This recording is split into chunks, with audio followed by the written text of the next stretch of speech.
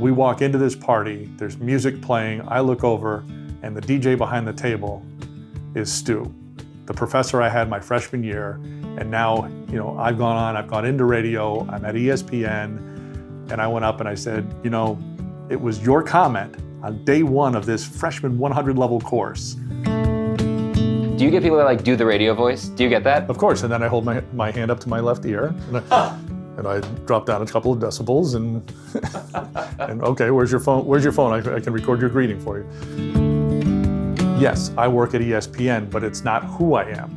And so there's all these little instances that remind you that that's what I do, it's not who I am. When she was recruiting kids at UCLA, the recruiting would begin in the parking lot. They would watch out the window of the families pulling up in their car. Who opens the door for who walks in first, and just the dynamic of the family. And all these little things that go into making a person. It's not just about balls and strikes and fundamentals, it's about growing the person. Over the course of my career, I've interviewed musicians, I've interviewed the Dalai Lama, I've interviewed... Wait a second. We've had this whole conversation and you haven't talked about interviewing the Dalai Lama? Do I have to bring you back? Is that you holding that one out?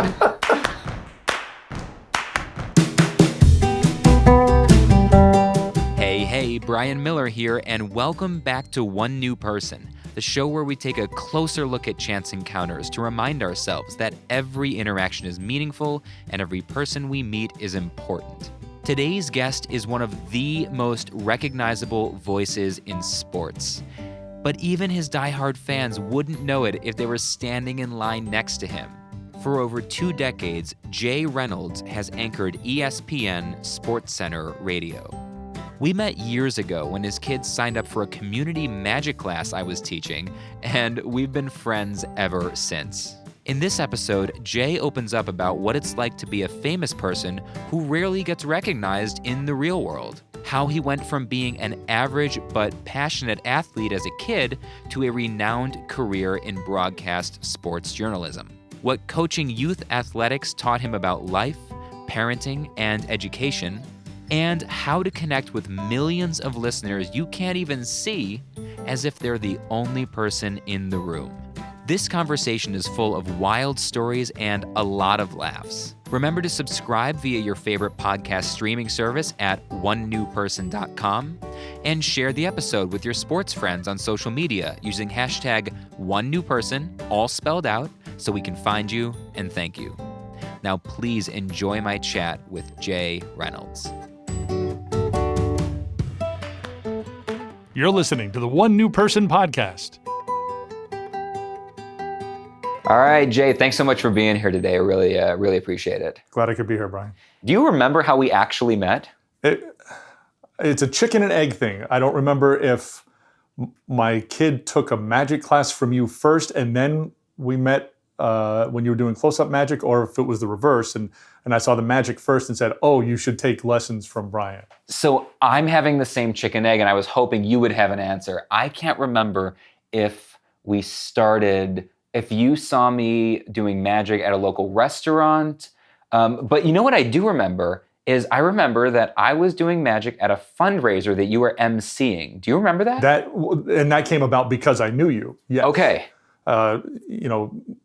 Because people say, oh, you're comfortable speaking in front of groups, why don't you MC this fundraiser? And so I've done, multiple schools and fundraisers like that, but I think we knew each other prior to that. Yeah, I think so too. I think it must have been the restaurant, and then your oldest started taking magic lessons with me privately, and that was like 8+ years ago. And that was after you taught in town. You had group lessons at the local school. That's right. Yeah, I was doing that when I first moved to Connecticut, and I was trying to figure out how to build a business from scratch, and I was still a local magician, and I was like, well, if I teach group magic lessons in a middle class area, maybe there will be parents who are, the owners of local companies who might want me at their holiday party. Like, that was the thought process, and it turned into so much more than that because I really enjoyed the lessons, both group and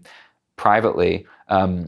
And my kid was probably 10 at the time, and she said, "Oh, he's funny, he's good." And then we went to the restaurant where you would work, close-up magic at the tables. And then I just remember you pulling a potato or a lemon or something from under a coffee mug, and I said, "Okay."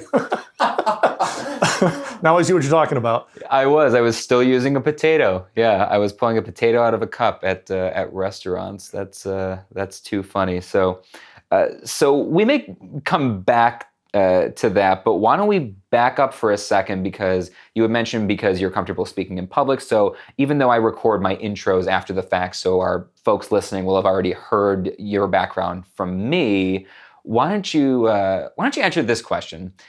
When these days, when you meet someone at a cocktail party or a social gathering, let's say you did, I don't know if you do those things. I don't. I always ask that question as assuming that's a thing people do. If someone asks you, what do you do? How do you answer? The short answer is it depends on who's asking. If it's the IRS form, it's straight broadcast journalist, but it often depends on the setting, because and maybe you ran into this as a magician. There were times where you didn't want to have to answer show me a trick. If you said, "Oh, I'm a magician." Same thing when I work at ESPN, but I anchor SportsCenter on ESPN Radio, and there's a connotation that comes with, "Oh, he works at ESPN," and if you're in a short conversation and you're moving on, you don't want to get caught into the, "Oh, what do the Milwaukee Brewers need at the trade deadline in order," because those conversations become inevitable when your professional life deals around sports. I don't mind talking about that if I have the time, but there are situations where you're like, "Oh, I don't want to get into that now." So you just say, I'm a journalist, I'm a broadcast journalist, I do sports. But the short answer is, I do SportsCenter for ESPN Radio on radio. That is such a cool job description, and it's such a and I imagine it's not just a cool job description. I imagine it's also a very cool job. What is it that you enjoy most about being, a broadcast journalist for ESPN? The cool thing is no 2 days are ever the same. I look at the people, and the people you've had on this podcast. I don't have doctor in front of my name. I don't have 3 letters after my name. I don't have multiple best-selling books that have been published. I work. I watch sport. I watch sports. I tell you about sports. We analyze the sports. And tomorrow it's something entirely different, which is just as exciting. And every time I go to work, I may see something that I've never seen before. And I've been doing this for a couple of decades. And it's just amazing. That sounds like the dream job of like a 15-year-old who's into sports. Is that how you feel?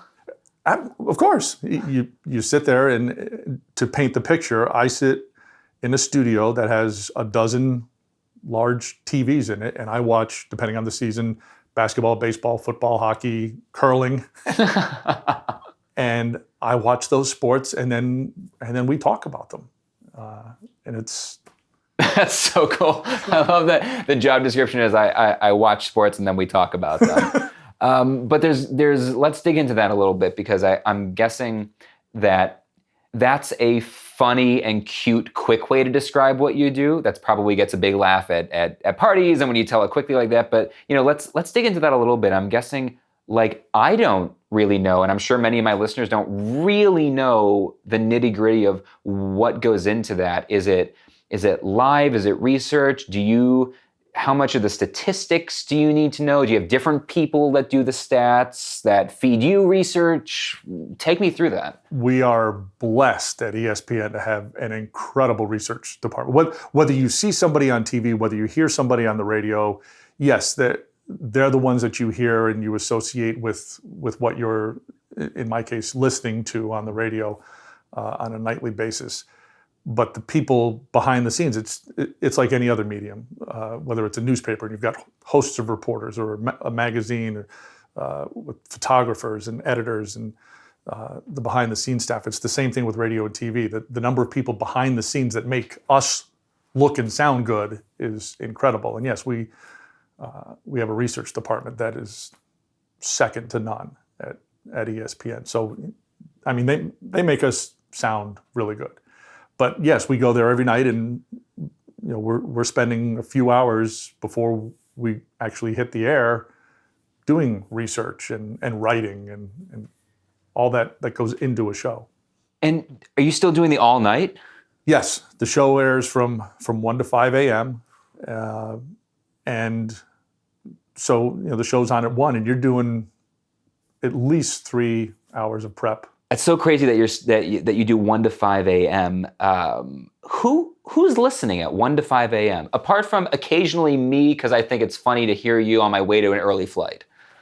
And I'll say 1 to 5 a.m. Eastern, because here we're as we have this chat, we're on the East Coast.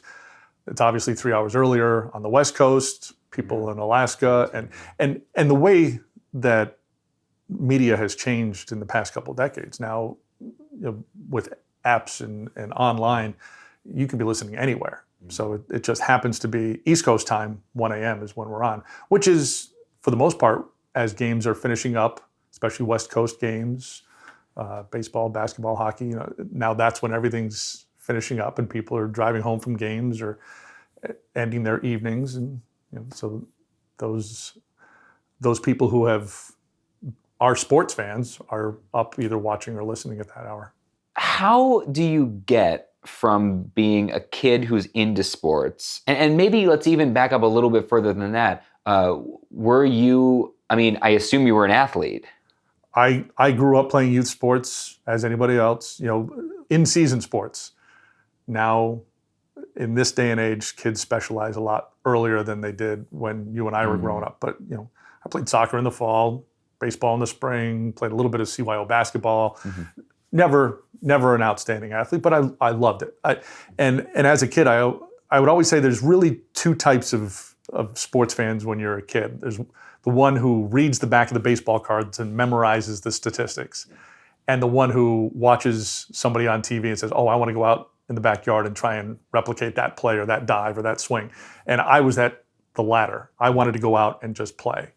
You knew the big stats, but I didn't memorize, what was his batting average in 1983, and that just wasn't me. So growing up, yes, always a sports fan. Times growing up, I would have my little tape recorder and a microphone. I would sit in my room and pretend that I was on the radio. Usually more like a music DJ, but my little radio station was WJAY, and I would sit in my room, and that was my radio experience, never thinking that was going to be my career. Looking back on it now as an adult, looking back, say, wow, I've always been interested in that, but that was never front of mind. What's so funny about that is that I get asked a lot, especially when I was still like a full-time magician, did you always want to be a magician? And I used to always tell people, I never wanted to be a magician. Like, I liked magic tricks, but I never wanted to be a magician. I wanted to be a rock star. I wanted to be a cartoonist. I wanted to be a pro basketball player. There's a lot of things I wanted to be. But magician wasn't one of them. And I go, yeah. And then my mom heard me say that once and must have dug through her basement, took a bunch of photos of old photos and texted them to me and said, see, you did want to be a magician. She found photos of me at like 5 years old wearing a cape and a top hat with a whole bunch of my friends, and I was doing magic for them. And they were laughing and she goes, and here's a photo of you doing magic tricks in your class at school. You went in and the teacher loved it. And here's when we brought you to a magician there. And she's like, it was a part of like your entire childhood. And I'm like, that's so like looking back, you go, well, it was right there the whole time. But I never had the thought, I want to be a magician until much, much later. When did that shift happen for you? The shift actually happened because of my procrastination. And I'll get to that in a second. But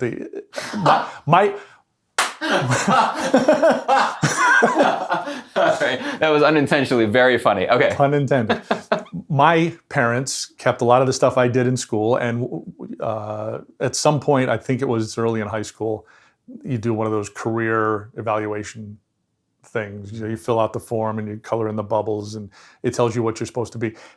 I found it years later, and what I wound up doing as an adult professionally really was what it told me in high school that I was going to be doing. And I said, wow, maybe there's some merit to these things. I went to college. I went to college for communication, journalism, and expected to be a print writer, newspapers, magazines. My junior year was coming to an end. I said, oh, well, this is the summer where I need an internship. And of course, the school year ends in May, beginning of May or something. And I'm probably there mid-April looking for an internship. And I go to the internship office, and without laughing at me, they kind of laughed at me and said, what are you coming in here now for? The internship director was more than kind and knew somebody in Connecticut who was working at a radio station. He was from the same school. I went to Marist College in upstate New York in Poughkeepsie. And he was a graduate of Marist, called him up, said, listen, I've got this guy who's going to be in Connecticut for the summer. You want to take him on as an intern? He said, sure. So I went and I worked in radio for that summer between my junior and senior year. Because it was a small FM pop music station the news guy was the morning show sidekick. That was the extent of the news department for this station. So that radio station was the official radio station for the local outdoor concert venue in Connecticut that summer. So my job as the intern, because he couldn't stay up late at night, so my job was to go to all these concerts, interview all the acts that came through, and so I was backstage the entire summer interviewing all these rock acts. Metallica, Debbie Gibson, New Kids on the Block. That's awesome. Mickey Dolenz, the Chicago, the Beach Boys, just the full gamut, not just one genre. And I came out of that summer saying, okay, this is cool. Radio, I think, is what I want to do. And that really just kind of kicked it in. You were doing a lot of interviewing with the bands as part of SportsCenter. Is it predominantly interviewing, or is it mostly you're mostly doing that? That has changed over the couple of decades, because you think in the mid 90s, 2 decades ago, us giving the scores was the focus of SportsCenter. Pre-Google. And now everybody has the scores on their phones. There's so many ways to get. In real time. Correct. And so now it's more, what does it mean? So whether it's talking about a play, a player, the analysis of a game, the analysis of a trade, it's advancing what we have seen more than just, they won 3-2 or they won 7-6. And that has been a huge change over the years. So we talk about the analysis of what this particular game meant. We talk about what this trade does, what the upcoming season should look like for a particular team, and analyze the world of sports a lot more than we did just a few years ago. Is that more interesting, more exciting for you than, or do you miss the days when you were just rattling off the stats? Rattling off stats, as you can imagine, especially in a format like radio, you start throwing numbers. If I start rattling off numbers to you right now, you're going to hear the first few, and then and then it just all becomes jumble. So being able to talk about something is much more fulfilling. Yeah, I would think so. I mean, and is that why your interviews have crept in now, because you need to be what sorts of people are you talking to? The athletes? Are you talking to managers? Are you talking to outside experts? Who are you usually dealing with? Most of the audio that you will hear, even on whether it's TV or radio, we'll have somebody at a game that will do an interview, with a player after the game, that type of thing, or the managers or the coaches.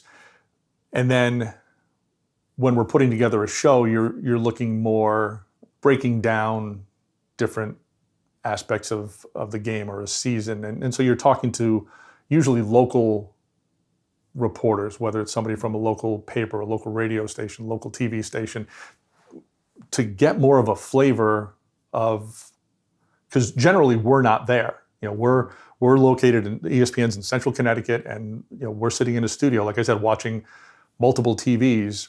And then if we talk to somebody, it's usually somebody who was at a particular game. Let's say Kobe Bryant retires. Okay, tell me what it was like in the building that night. Interesting. Those types of feelings that you can't get when you're watching on TV. Yeah, and that kind of makes me think about the transition. The digital world. I mean, the digital revolution just changed everything. We already talked about how it changed the access to stats. I mean, you don't need someone to just rattle those off anymore. I mean, Christ, like kids don't need to learn how to use calculators anymore. Remember when we were, hey, you're never going to have a calculator in your pocket. You need to know how to learn how to do this math. Turns out, no, I can just talk to any device in the room and it will give me the answer to the craziest equations. But I feel like the digital revolution also changed, the focus of the spoken word. Like the spoken word medium is podcasting has exploded over the past couple of years. Obviously, that's the format we're in right now. And to what extent do you feel the pull being in, would you call what you're doing still traditional radio? And it's odd because I'm not in any of the meetings whatsoever about how ESPN decides platforms. Sure. But that said, there are so many platforms that you can't leave this one behind and go in this. ESPN has a ton of podcasts now, but that doesn't mean they're not still doing cable television and terrestrial radio. It's all in addition to what you've been doing all along. But it's great because, and I had a boss once who referred to it as platform agnostic. Didn't care where we were, as long as ESPN radio was out there. That's a good thing, because this was when satellite radio was breaking onto the scene, and wow, should we be there? Well, absolutely. The more you can get the ESPN brand out there, who cares what form it's in? Interesting. And the more blank, and this is probably a overgeneralization because, like I said, I wasn't in the meetings, but the more you can get out there and the more access people have to you, the better off you are. But the industry has certainly changed. Oh yeah, it's changed, and I'm curious about the radio voice itself, right? When people talk about that radio voice, do you get people like when I was a magician, it was just, you're a magician, show me a trick. All right, you're a comedian, tell me a joke, which is like, no, that's not the thing, right? That's not how it works. Do you get people that like do the radio voice? Do you get that? Of course, and then I hold my hand up to my left ear, and I drop down a couple of decibels, and okay, where's your phone? Where's your phone? I can record your greeting for you. Oh my God. Have you been requested to do that?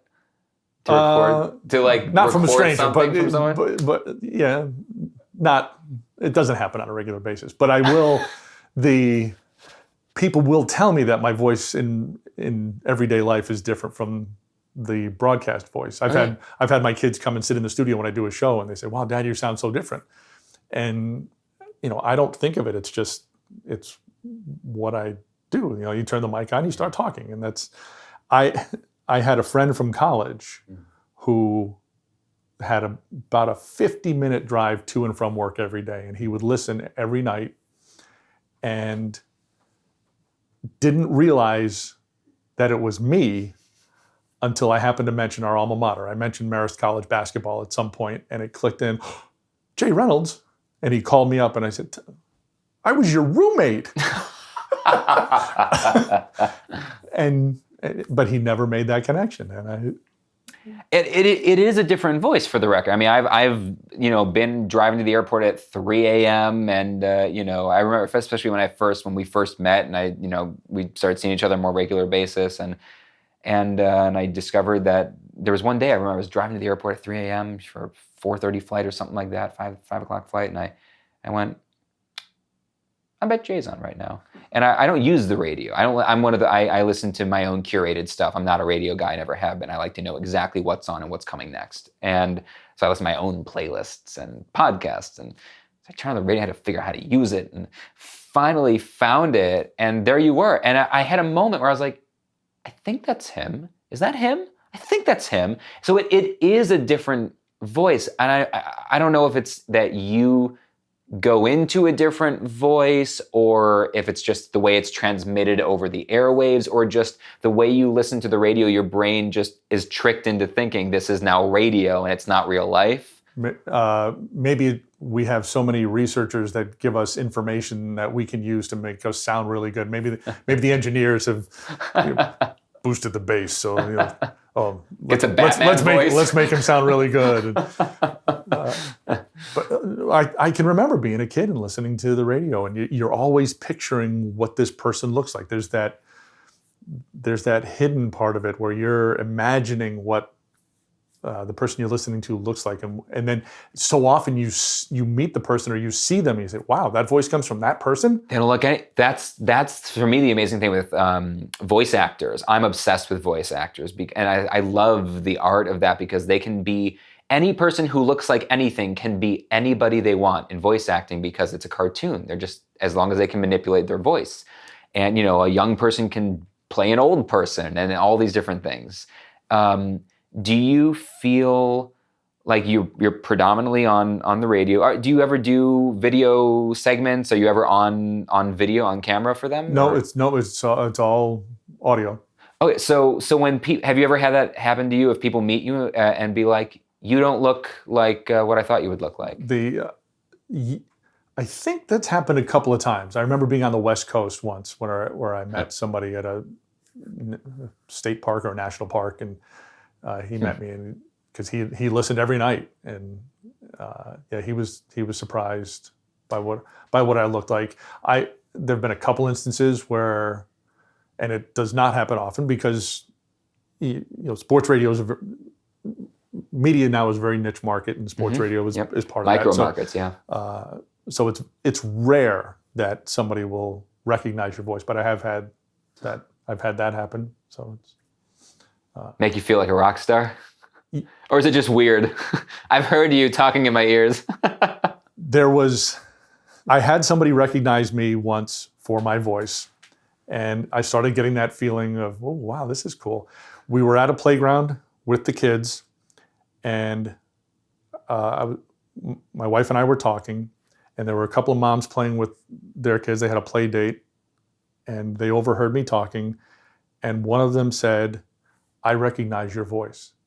Now, to have that happen is rare to begin with, and to have it be a female was odd, because generally the people who are listening to sports radio, it's a male dominated audience for the most part. So now I'm really confused, because she has recognized my voice. And I said, what? And we got to talking, and the reason she recognized my voice is I had gone to a town meeting about a week and a half earlier and made a couple of comments at the town hearing, which then aired on local community access TV in town. And that is where she recognized my voice from. Not from ESPN. And talk about getting that high that you mentioned, and all of a sudden being shot back down to earth. And you're like, oh, okay. She remembered me from a kindergarten discussion at the local town board meeting. That is too funny. You work so hard, and then I had the same thing happen to me after the viral success of my TEDx talk. I had somebody recognize me, and it was like, oh, I know you. And I remember being like, yes, you do, because I have a famous TED talk, right?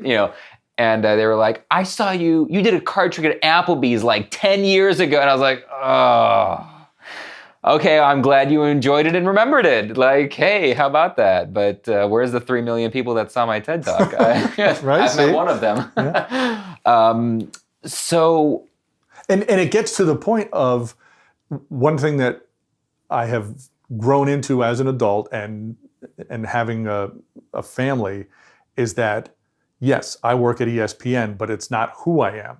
And so there's all these little instances that remind you that that's what I do, it's not who I am. And so when somebody recognizes you from, a discussion about what the town should do with kindergarten, that's a part of it, or whether it's youth coaching or just all these different aspects of your life, your church. There's all these things that meld together that make up who you are. And to that end, I always think about it that ESPN is smack dab in the middle of the state of Connecticut.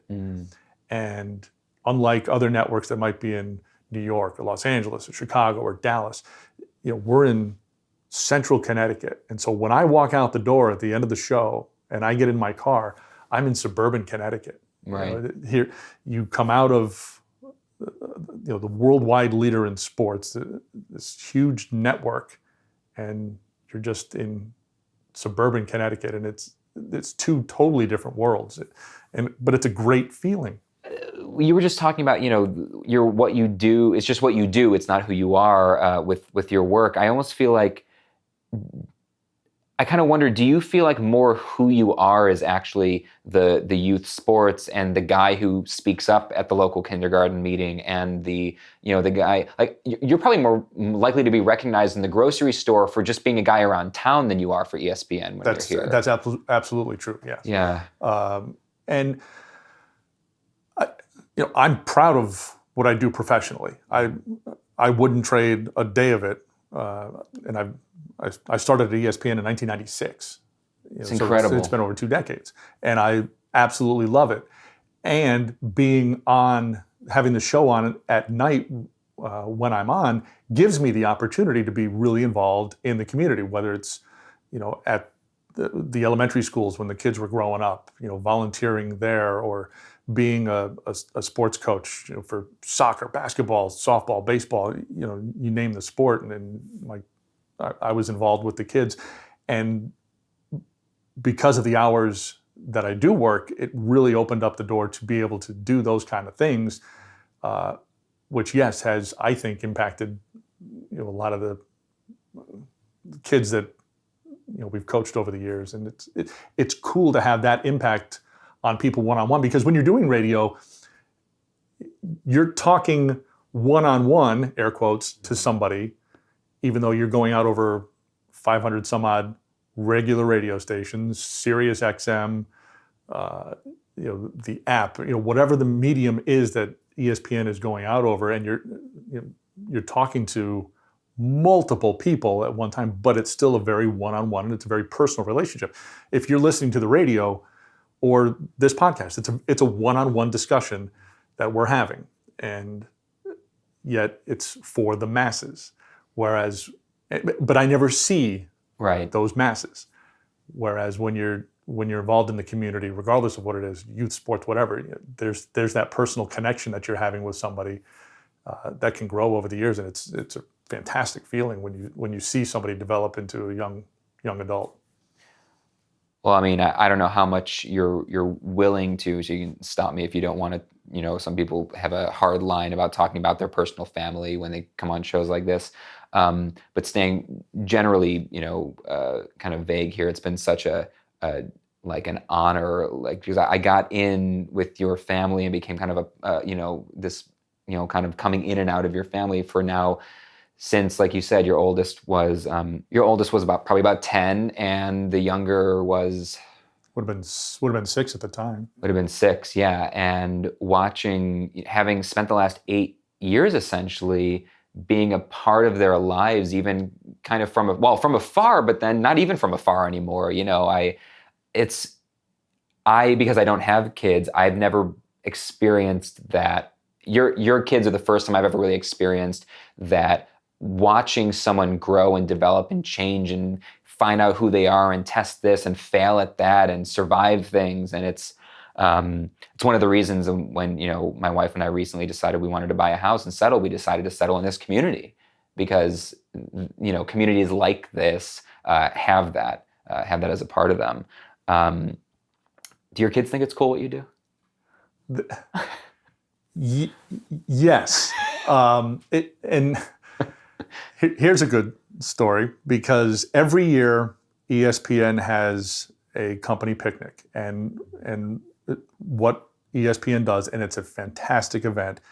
There's an amusement park in the center of Connecticut, which happens to be right across the street from ESPN. It's called Lake Compounds, and it goes back hundreds of years. It's an ancient park, but it's fun.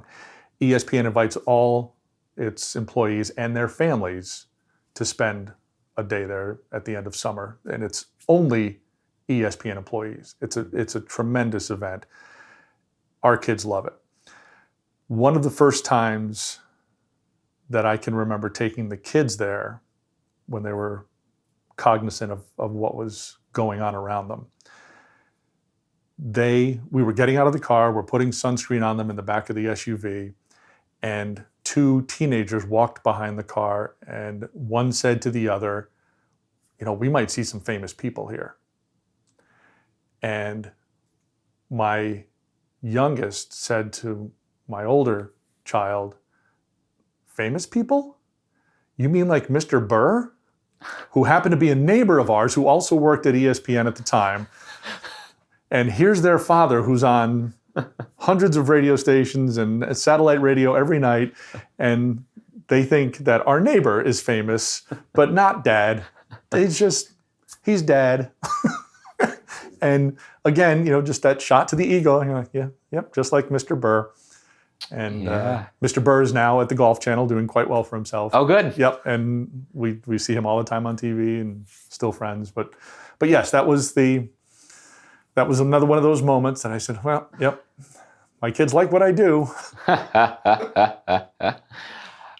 Do you feel like, and maybe it hasn't quite changed yet as they're getting older, but I can tell you from my experience, because I have a famous father in his industry, he's properly famous in his industry. I didn't get it when I was a kid. Even probably by 18, I still hadn't really understood the kind of global contribution he had made to his field and like how big a deal like his work was in his field. And, it was probably somewhere in college that I really understood what it means to make a contribution to a field of study, to affect people on a bigger scale. And you know what I mean? And so I have a feeling if they haven't yet, they will at some point recognize it. It's hard to get out of that perspective of dad, when it's your dad. The kids, for those who don't know, ESPN is owned by Disney. Mm-hmm. That came about in the mid to late 90s. And so as a cast member, there are certain perks that we as employees have at Disney. My mother-in-law is a snowbird and spends her winters in Orlando, so we go down and visit, and we have the opportunity often to go to Disney. That's how the kids perceive what I do. That's what they, Dad works at ESPN, they're owned by Disney, that's really cool. Don't leave now, there's more good stuff coming up. The intimacy about audio, though, is why I'm so enamored with podcasts, why I wanted to launch my own, why I listen to so many. I think there's something that, we think video is intimate because we see them, but I feel like we're more aware of the screen. We're more aware of the barrier. When we're watching it on video, we know that there was a camera and that there's a screen and I can bump into it. But when you've got your earbuds on or you're in your car by yourself and you're just listening to someone's voice, there's something very personal and very intimate. I always said when I first started this show, I wanted people to feel like they were eavesdropping on a private conversation, which hopefully is the tone that we've been able to strike here. This show is all about human connection and chance encounters and the ripple effect, and we've talked actually a lot about that by way of community and everything already. I do want to ask you in a moment about your story of a chance encounter that I'm sure you're ready to tell, because that's what everybody comes on to do. Before I ask you about that, I just want to drill in for a moment about that. A story or two ago, we went off on a few tangents, but a little while ago, we were talking about the fact that radio is kind of isolating, that that there's a global audience, there's a mass audience out there, but you're really just speaking essentially to no one, right? You're speaking to a mic, you're speaking to whoever happens to be listening. It's personal for them. Does it feel isolating to you? And how do you connect with an audience? What do you do to try to connect with people that you're speaking to intimately, but are not actually there? The simplest answer is if you think about how you listen to in this case, radio or satellite radio, whatever medium you're listening to. Let's say you're in your car. The chances of you having 5 people in your car listening to that broadcast is probably low. There are probably times where you and your friends went to an NFL game on Sunday and you carpooled and you're driving home after the game and you're turning on the sports radio station to listen to the talk. But probably if you're commuting, if you're running errands, many times you're in your car alone listening to the radio. And if it happens to be ESPN, great. So I often envision myself talking to one person in a car. So I'm picturing you, Brian, driving in your car, and I'm telling you, talking to you about whatever we're discussing at the moment. I worked with a guy who needed a visual. He, right in the studio on top of the microphone, on top of the soundboard, would put a teddy bear, and he would talk to that teddy bear, and that was his visual cue. But if I just imagine that one person listening, whether they're sitting in their living room, often sitting in a car is how I envision it. Yeah, and that's how you go from feeling like you're broadcasting, like yelling to a large group, and just communicating with somebody. I think the best advice I ever got as a speaker and as a magician, as a performer, when you look at that big, you got an audience of 100 or 500 or 1,000. When you look at them, instead of seeing I'm performing to or I'm speaking to 500 people once, you imagine I'm speaking to one person times 500, right? That I'm just, you pick one person at a time and you just do the show for them, or you speak to them, or you tell the story for them, and then you move to a different person, but you're always doing it one person times however many people are in the room. Does that feel like? Well, and I think you touched on it. It's broadcasting a one-on-one interaction, and they're at polar opposite parts of the spectrum.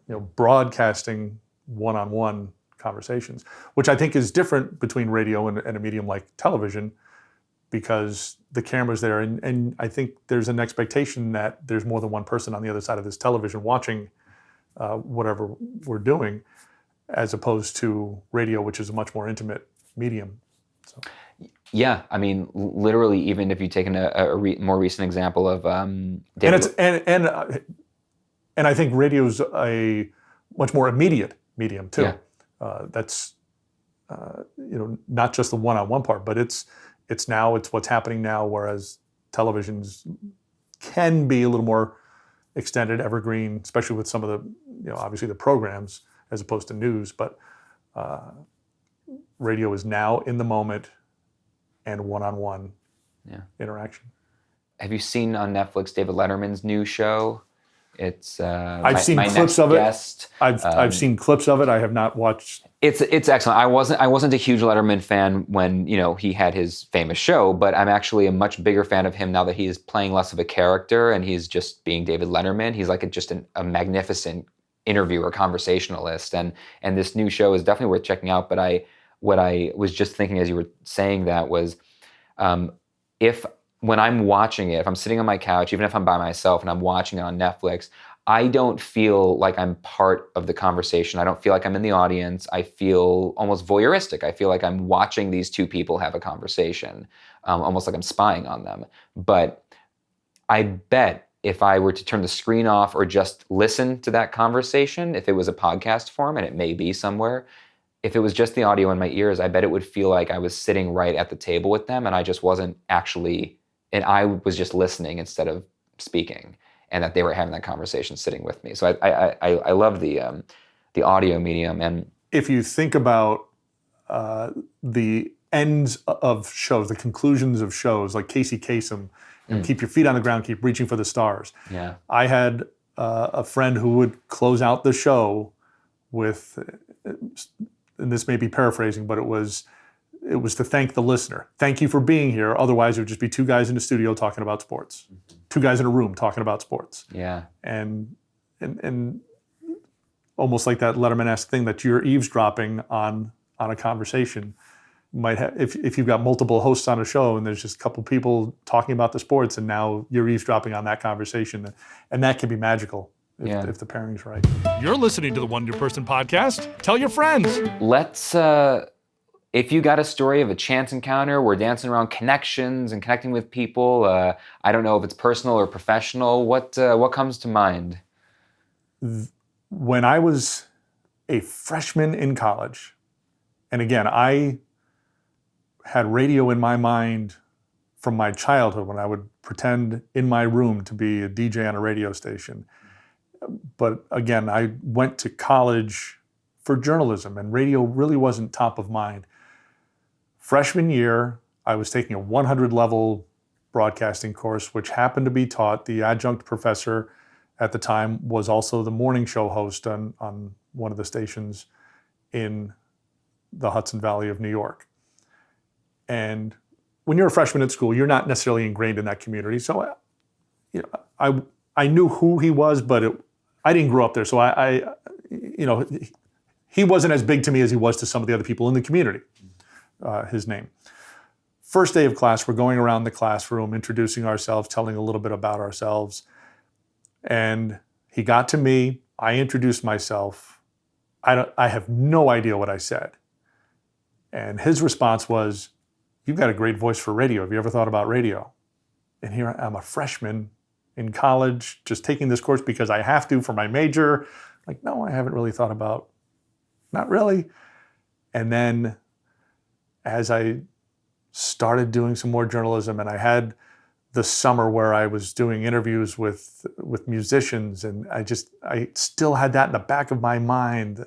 Oh, I have what it could take for radio. Wow, this could work. And then I started doing it my senior year of college. I'm like, I like this. And it was that little seed that was planted that apparently had already been there. Maybe he just watered it. And now it's starting to bloom. And I'm like, okay, this works. And fast forward 25 years, my wife and I are at a celebration for my aunt and uncle's wedding anniversary in Utica, New York, central New York State, at a country club where they've invited all their friends to come celebrate their anniversary. We walk into this party, there's music playing, I look over, and the DJ behind the table is Stu, the professor I had my freshman year, and now, I've gone into radio, I'm at ESPN, and I went up and I said, it was your comment on day one of this freshman 100 level course that I think has always been in the back of my mind as I've gone through and I've landed to where I am now. That's unbelievable. What was his reaction to that? I think he was blown away. He flattered, obviously. Did he remember it? I don't know if he remembered the comment. Yeah. He remembered me because we were in the same market for a while. Sure. But I don't know if he remembered making that comment. It was, he was a professor for a freshman class, and I don't know if he remembered that. But yeah, we had a nice chat, and he was flattered. I keep finding over and over again that the moments that set people off on their course, whether they're aware of it at the time or find it in retrospect, connect the dots looking backwards, the people who instigated, the people who said the thing that got you on that course, don't even remember doing it. That it's not usually the I attended a motivational speaker and walked out inspired and I went to whatever, or which I've had plenty of those too. Sure. They're life is made up of all these little moments that just impact you, and whether it's we talked about youth coaching. I've been to a number of softball clinics. One of the speakers that I've had the privilege of chatting with during these conferences is a former coach at UCLA who's been part of 11 national championships in UCLA softball, Sue Enquist. And just hearing her, if nothing else, motivate you to go out and coach and help these girls get to where they want to be and when you're coaching them in softball. And just whether it's softball or part of life, to hear a former Division I coach can be so eye-opening. And I'll give you an example of something that she taught.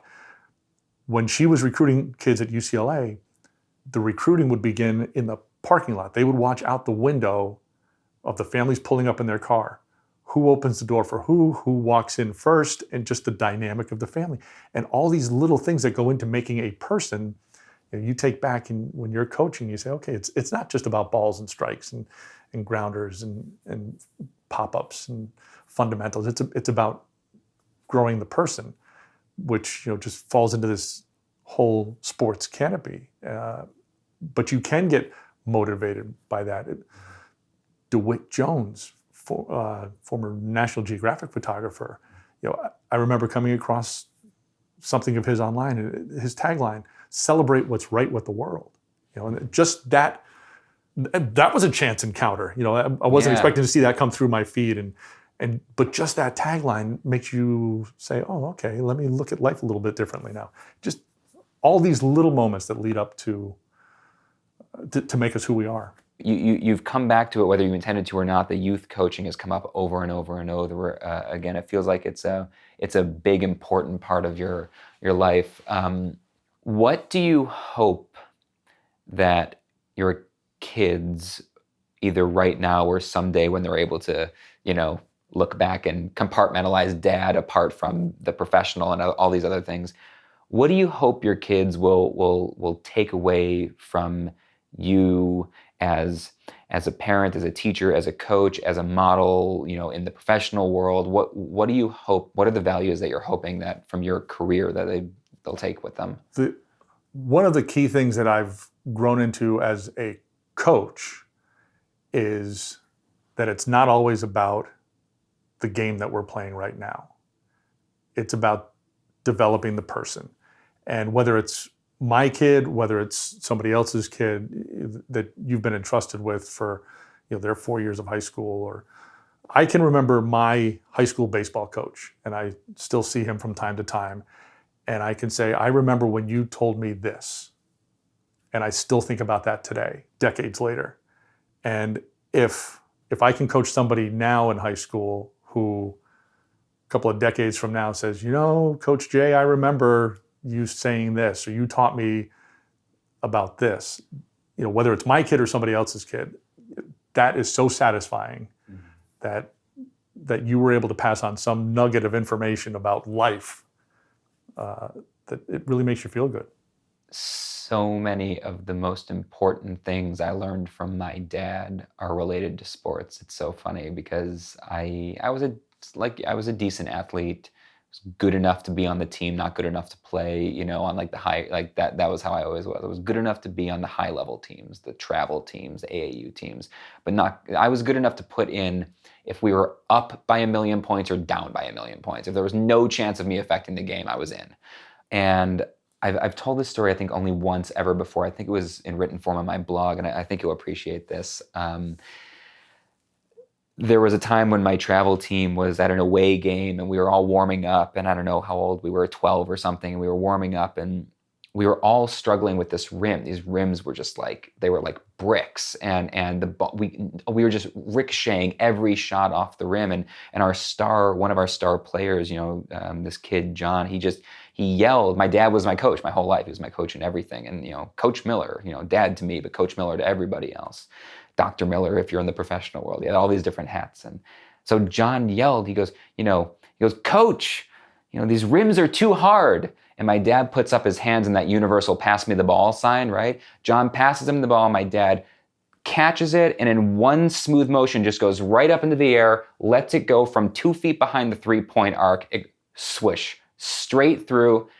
The ball bounces. We all look back up at my dad, who's just got that stupid grin across his face, and he goes, "Don't hit the rim." And I'll never forget that moment because, one, it was just jaw-dropping and hysterical, but I still think about the life lesson contained within that the solution to so many problems are contained within the problem. Like, we're having trouble with the rims. Don't hit the rim. The solution's right there. You just had to look at it from a slightly different perspective. So it's like in baseball, or in this case softball, Wee Willie Keeler would just choke up on the bat, and wait, how are you successful at bat? Hit them where they ain't. It's not rocket science. Hit it where the fielders are not standing. Right. like obviously, right? And then sometimes I think things are much easier than we make them, and really our job, especially as professionals, but probably as a parent and definitely as a coach, is to actually just recognize the solution and then get out of the way, right? Is to let the thing do its job, and that by us just getting out of the way of it. And I've said that a lot. In sports particularly, practice is where you practice. That's where you do your teaching. The games are the exams. You don't have teachers walking around a classroom during an exam telling you how to solve a problem, right? We learn how to solve the problem during practice. Now, hopefully I've done that well enough so that when we go out to a game, that I don't have to, hey, choke up, or I'm not trying to micromanage while you're playing, because I don't want you to think when you're playing. I want you to think in practice, get the muscle memory at that point, so that during a game, you're just doing it. And the same thing for life. You learn the lessons now. When you're an adult, just do it. Just go. Sponsored by Nike. But see, you were a much better athlete than I was, because soccer, for example, I was the goalie because I didn't have to run. Right? That was I got to use my hands, and I didn't have to run. That is a position I would have never wanted to play. I never wanted to be the goalie or the catcher in baseball. My little brother was a catcher. I was like, oh man, I don't want that thing coming at my face every play. I don't even want it coming at me at second base. I liked baseball. I liked playing first base because you were in just enough of the plays to make it worthwhile. You weren't in all the plays, but it was busy enough at first base to keep your interest. Yeah, I played first base for the last couple of years of baseball. I enjoyed first. It's harder than people realize. Oh, yeah. It's like, no, you don't just stand there and catch the ball. That job's a nightmare. But it gives you all that, it gives you all that experience, which you cannot rely on when you get to ESPN. You can't say, well, when I was in Little League, right, and there was this ball in the dirt, and here's how I scooped it up. That's why ESPN has the analysts and the experts that we have, because I can't rely on, my athletic career ended in high school. I can't rely on that as the expertise for ESPN, but it does give you a basis of knowledge so that you know what's going on. Well, you have something tangible to draw from when you're talking about, other things, right? Even if you never say, well, I remember when I was 5 and I played t-ball, but at least in your head you go, you can empathize a little bit more with the players, with what the coaches are going through when you've done that, even if you did it at a low level that it's not even worth talking about. And you've done coaching at a much higher level than you're talking about your playing. But just to be able to go, I can put myself in that headspace, and that probably helps you explain the stories and connect with the listeners like we were talking about before. And the more you know, and this is true for any field, the more you know about the subject you're talking about, the more confident you are in doing it.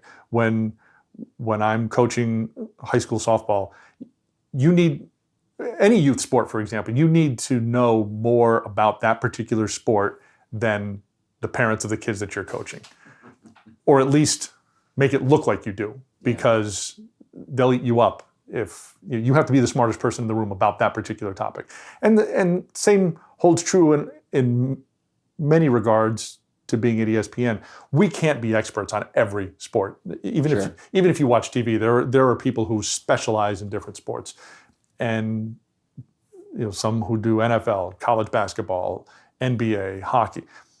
But when on a nightly basis, if a story breaks, now I've got to go do some research and read up on whatever particular topic we're going to be talking about, so that I can sound informed and intelligent when I'm telling you about it on the show. Someone that I knew a few years ago was is a sports writer and he's been in a bunch of the big ones, the big publications, the big name magazines. I don't need to mention them because I don't need to single him out. This is a positive story, not a negative one.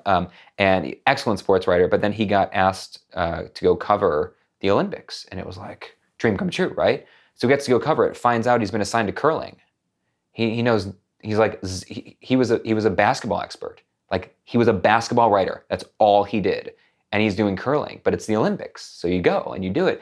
And he's like, literally, I was just Wikipediaing and Googling and learning everything I could, like in these tiny little windows before I was live on air at the Olympics talking about curling as if I was the expert.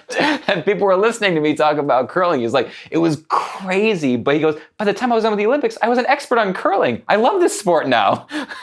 If there is one sport that I have grown to love since starting at ESPN, it is curling. Really? What about it? Because it's a combination of athleticism and chess. And that's why I don't think I'd be very good at it if I tried, because I'm not good at chess. I could throw the rock down the ice, but it's the thinking 4 moves ahead part that will throw me. But when you're sitting in a studio like I am, and you've got, for the most part, curling's on a lot in the winter, so you get NBA games on over here, college basketball over here, but we can get networks like TSN in Canada or the CBC, and so things that I don't have access to at my house. So I can sit there and I can watch curling, on a nightly basis. Watch the Canadian National Championship or the World Championships in Sweden or something, and it's fascinating because there's a sport that is not mainstream in the U.S. No, but when you watch it and you start to understand a new sport, it becomes exciting. You're like, oh, okay, this is cool, and I see what they're doing, and it's not as easy as it looks. I'll pay him $1 if you listen to the One New Person podcast. One of the topics I've been thinking of a lot lately, and my listeners know this because they've heard me now this season bring it up in basically every conversation, is the role that luck plays in success. The more I talk to successful people, no matter how they define success, I find over and over and over again that chance encounters, which is to me is a form of luck.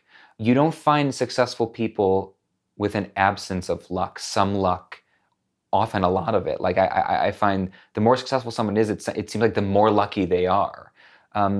So I've been asking everybody who's smart and successful that I know, and I don't have anybody who's not smart and successful on my podcast. So first, do you believe in luck? Do you have an idea of like what luck is? Like, are you able to kind of define it? Like, so do you believe in it? Like, can you define it? And what do you think the role of luck in success is? I would not be at ESPN without luck. When I graduated college, I started working at a small radio station. And then after working there for, I think, a couple of years, I was being laid off as part of budget cuts. The day that I had that conversation with the boss, I went home thinking, what am I going to do? My phone rings with a friend of mine from a radio station across the street. I, to this day, have no idea if he knew I was getting laid off or if it was just dumb luck, saying, why don't you come work with us? 2 weeks later, I'm working over there. Never had a gap in work. Got a 2-week notice at one job, started 2 weeks later at the station across the town. And that station was bigger and better, and people from that station it was a launching pad for people. We had somebody I worked with went to Bloomberg, somebody else went to Showtime, CNN Radio, CNBC, and then me, ESPN. So it was really, and there was one other who went to WFAN in New York and now is at ABC and ESPN. So it really turned out to be a launching pad. When I was working at that second station, to set the scene, ESPN in its inception, ESPN Radio, was broadcasting only Saturday and Sunday nights. The network would only broadcast Saturday and Sunday nights. So everybody that was working at ESPN Radio came in. They worked somewhere else Monday through Friday. They would come into Connecticut for Saturday and Sunday, work the 2 nights, and then back off to their quote-unquote regular jobs. And one of those people I worked with in the Hudson Valley of New York. And his name was Jeff. Jeff would work Monday through Friday at our radio station. He would go over to ESPN on the weekends. He got married. They were going to start a family. No longer could he work 7 days a week. ESPN asked him, Jeff, do you know anybody who could do your job? Oh, well, there's Jay. So ESPN called me it's a long drawn out story, but you talk about luck. That was right place, right time. They called me. I drove to Connecticut to interview at ESPN. As an aside, they had, at the time, I don't think it's part of the practice anymore, but you had to have a drug test coming in to work. That was one of the first things I did before the interview. Had the interview, felt great. I'm on cloud 9. I get back to upstate New York. I get called the next day. You have to come back. There's something wrong with the drug test. Oh my God. My mind is racing. This was the time where, did I eat a lemon poppy seed muffin? Did that cause a negative test result? Sitcom moment. All these things are rushing through my head. How did I blow my opportunity at ESPN? They couldn't tell me what was wrong with the drug test. It wound up being a chain of command thing, so they never even tested anything. But I didn't know that, and I'm sweating, and I'm like, I've blown my chance at ESPN. Came back, everything was fine, and here we are now. Here we are. But I remember those couple of hours just being absolutely panicked that what could have possibly gone wrong. Wow. But so yes, the two major lucky moments over the course of my adult life have put me there. To pull this together then, I'd love if you could kind of leave our listeners, especially I have a lot of young adults and young professionals, I've got a lot of college and grad students and that 20 to 35 kind of millennials that are at the beginning of their careers who listen to this, as well as educators who work, a lot of educators are listening who work with that age group. Would you have a tip or advice? What would you tell any of them? And in particular, if you want to tie it into what we were just talking about, what advice would you give someone who's just getting started to make themselves more lucky or more likely to be lucky to have those kind of, opportunities? One big thing that I learned, the more versatile you can make yourself, the more valuable you are. The more you can do within your field gives you more opportunities within that field. In radio, for example, yes, I can talk into a microphone, but I can also edit sound. There's so many little things that go into a broadcast that I know how to do. I can run the audio board if I need to. Just understanding everything that goes into what I do helps me and has helped me get to where I am. There was a part of my career where I would be at a radio station and I would know what's going on in the front office. Not paychecks, but running the commercials and things like that. Just knowing how the commercials on the radio would get produced. Just every little thing. The more you know about your field, the better you are. And the more you can do it, regardless of how much you're getting paid, go out and do it. If you need to intern for another summer, or if you need to work for lunch money, those little things will boost you along the way and make you more valuable down the road. That advice for pushing for variety and learning more and more about your industry, I think that's going to really, really help, especially as... And the more questions you can ask, the more you're going to learn. I've been in positions where I've hired people, and even if I couldn't hire somebody, I would take the time to talk to them about, in the industry, in radio, for example, you would send in audio of yourself. And so I would take the time to coach somebody. Here's where I would improve. Here's just take a half an hour and talk to them about what they're doing and help broaden their base and learn more, because we never stop learning. And even in broadcasting, yes, I'm doing sports now and I try to know as much about sports as I can. But over the course of my career, I've interviewed musicians, I've interviewed the Dalai Lama, I've interviewed Jack Nicklaus. So wait a second. We've had this whole conversation and you haven't talked about interviewing the Dalai Lama? Do I have to bring you back? Are you holding that one out? How did you just slide in the Dalai Lama to that conversation? But there's just so much that you need. Yeah, we had lunch. And the more you know about all these different facets of life, the better you will do. But even in music, whether whether you're talking to the Bengals or Mickey Dolenz or the Dalai Metallica Lama. or the Dalai, right? There's so much different, even just within music. And yes, the Dalai Lama, I remember walking and interviewing him. What do you say to the Dalai Lama? Peace. I can't. Were you nervous? This is a tangent, but I'm just mostly personally curious. Were you nervous to interview the Dalai Lama?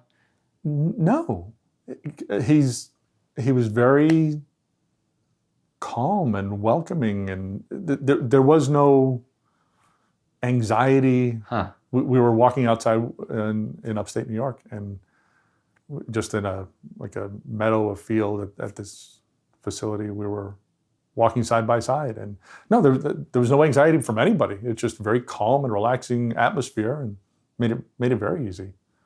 Was it enlightening?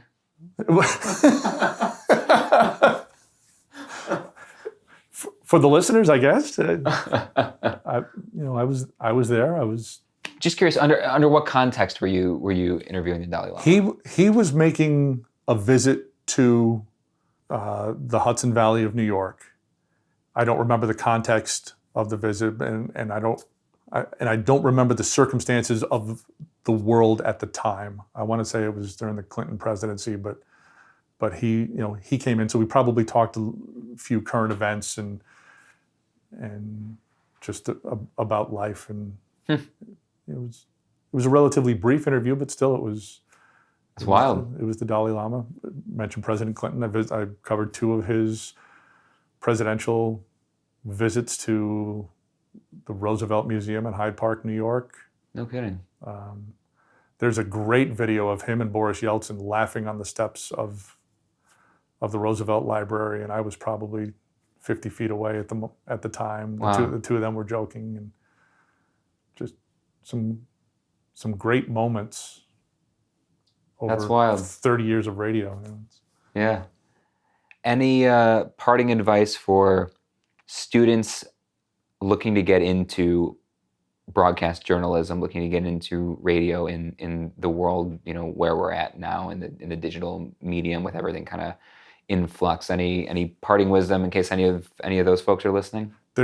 There's 2 parts. One, get as good at your craft as you can do. If you want to do baseball or soccer play-by-play, don't be embarrassed to sit in a corner of a stadium and talk into your voice recorder and just do the game as it's going on. Because one of my early journalism professors said the best way to become a good print writer is to read. So the more you read, the better you become as a writer.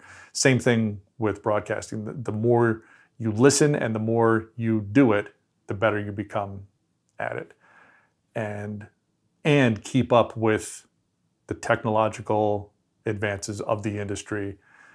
Yes, we've talked a lot about radio, but radio, really the term these days is probably audio, because you're on the radio medium, but there's satellite and podcasts, and there's so many different media to cover now, and who knows where it's going to be in 5 years. There's going to be different things too. So the more you can keep up with technology and social media to get yourself out there, then you'll make yourself valuable. Great. Well, listen, I really appreciate you taking the time today. Hopefully this was enjoyable for you. I think my listeners are going to get a really enjoyable conversation out of this, and it was very different from a lot of the ones that I've had, and we covered a lot of different territory. What do you think the odds are I can come check out that studio at ESPN sometime? Love to have you. Yeah? I'm there every day.